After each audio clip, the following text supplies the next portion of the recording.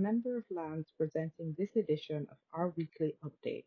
Remember to check out our website at jalands.org and follow us on Twitter at lands_JA.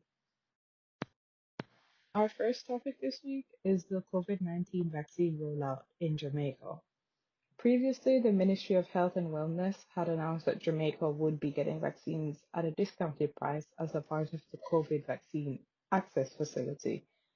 We were expected to receive enough doses to vaccinate 1% of our population in the second quarter of 2021, and then another 15% of the population in the rest of the year.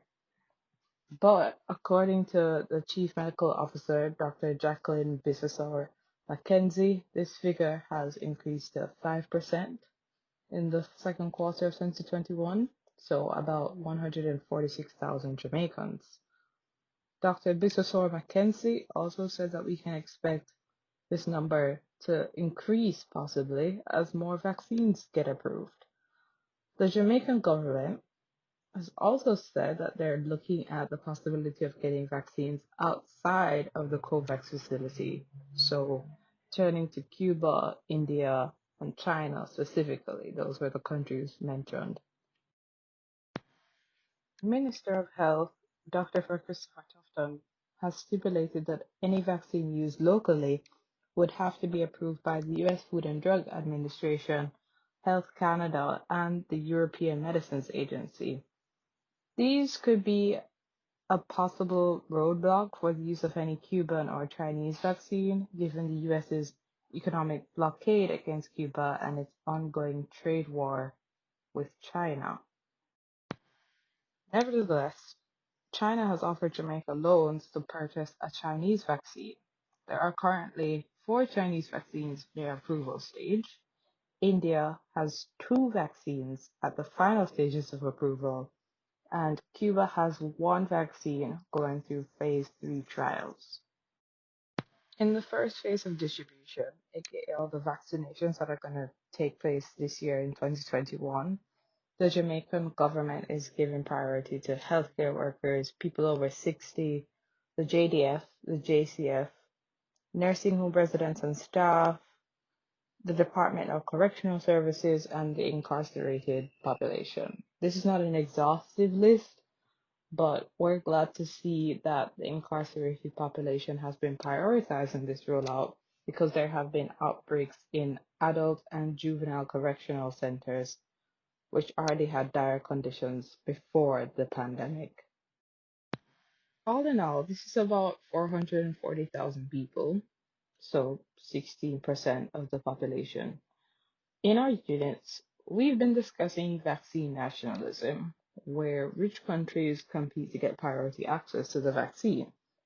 Vaccine nationalism, apart from just being selfish, is also detrimental to global economic recovery. It's especially agonizing to hear stories come out of America where thousands of vaccines are left to spoil while we're here in Jamaica and we're not even expected to have 1 dose of this vaccine until April. So the richest nations have secured billions of doses of the COVID-19 vaccine.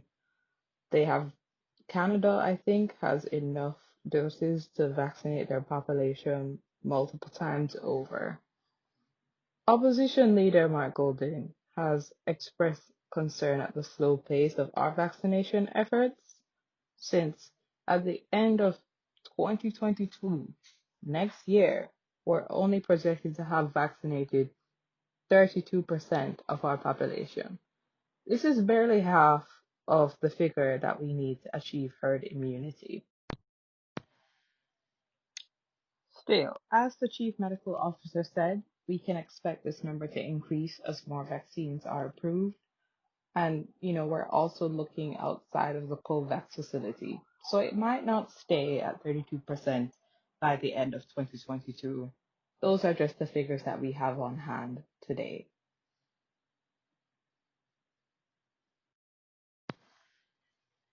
Our second topic this week is the government's push for a national identification system, aka NIDS. The new NIDS legislation is a voluntary system as opposed to the mandatory system that was deemed unconstitutional on various fronts. Across lands units, we express concern for these breaches of our constitutional rights. A Data Protection Act was not passed before the initial National Identification and Registration Act. There was no right There was no right to opt out of the collection of biometric information. And when I say biometric information, I don't just mean like fingerprints and eye scans. I mean that the legislation made provisions for cavity scans, like rectal scans. And so if the government said that you had to do this scan, there was no way to opt out of that, which sounds outlandish, but it's true. The initial acts would have also seen public services denied to people who did not enroll in NIDS and impose criminal sanctions like fines and jail time on people who refuse to register.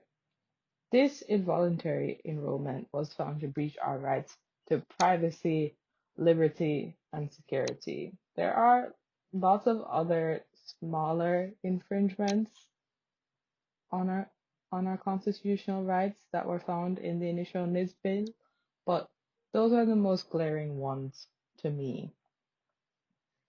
Now, in this renewed push for NIDS, now that it's a voluntary system, the government actually has to convince us to register. Minister of Justice Delroy Chuck has said that Jamaicans need to support NIDS because it will prevent identity theft of citizens whose information fall into the hands of criminals. I don't think this is a good assurance.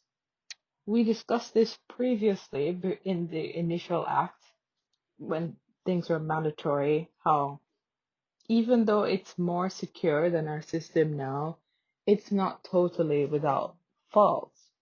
Our current identification system is a mess. It's not even one cohesive system, and it does leave citizens vulnerable to identity theft and fraud, but NIDS will not relieve all of those issues.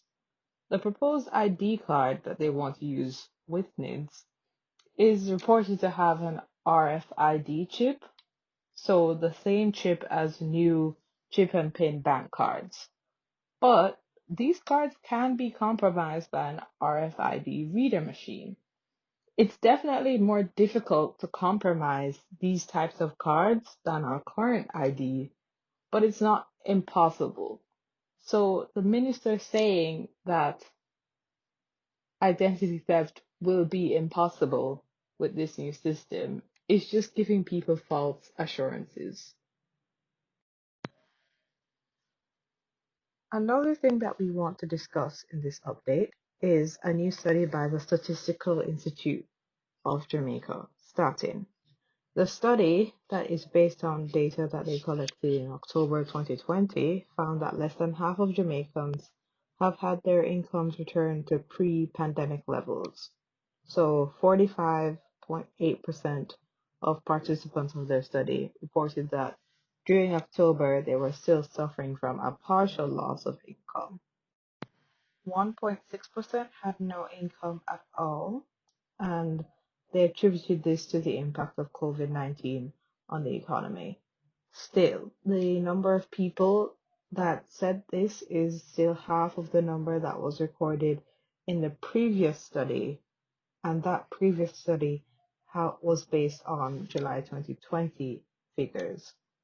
In the July 2020 study, it confirmed kind of what we already know, that the pandemic has been rough on Jamaicans economically in general, but it also highlighted that those of us in the greater Kingston metropolitan area had been the least affected by income losses. The harshest income decline was suffered by people living in tourist corridors and rural communities. Staten hasn't released the corresponding figures from the October 2020 data yet, but we can expect to see the beginning of a recovery for the tourist areas, at least. because they've opened up in a way that they weren't open for the first 3 months of the pandemic that the last set of data was based on. This ties in to our next issue quite well. So, with the crunch people have been having on their incomes, they've been turning more and more to microcredit institutions. These institutions are known to be predatory and unregulated. They make threats of physical violence when people cannot pay them, and they have exorbitant interest rates that aren't justifiable in any way.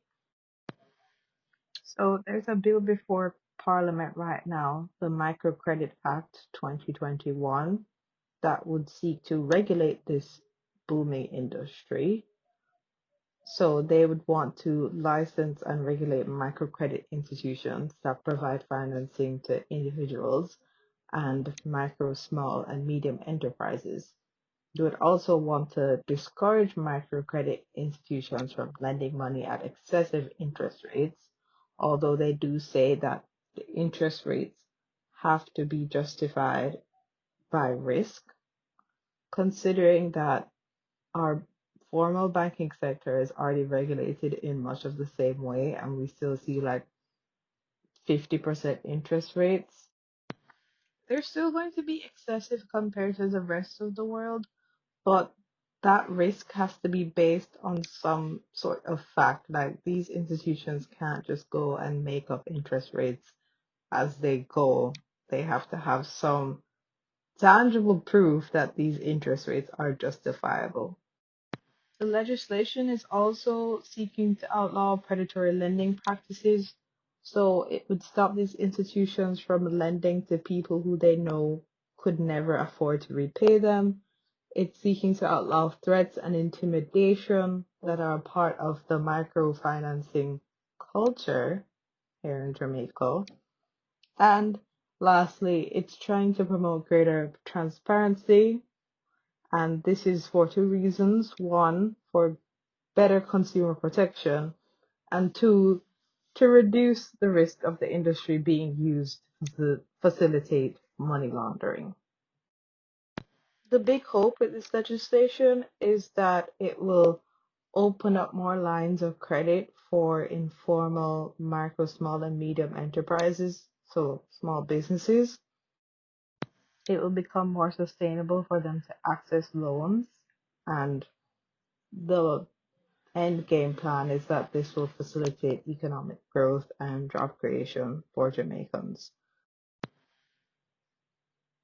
We've talked about this before in lands, how access to capital and financing is one of the main barriers for agro processing and other small businesses to overcome. So we're glad to see that the government is taking some steps to address this.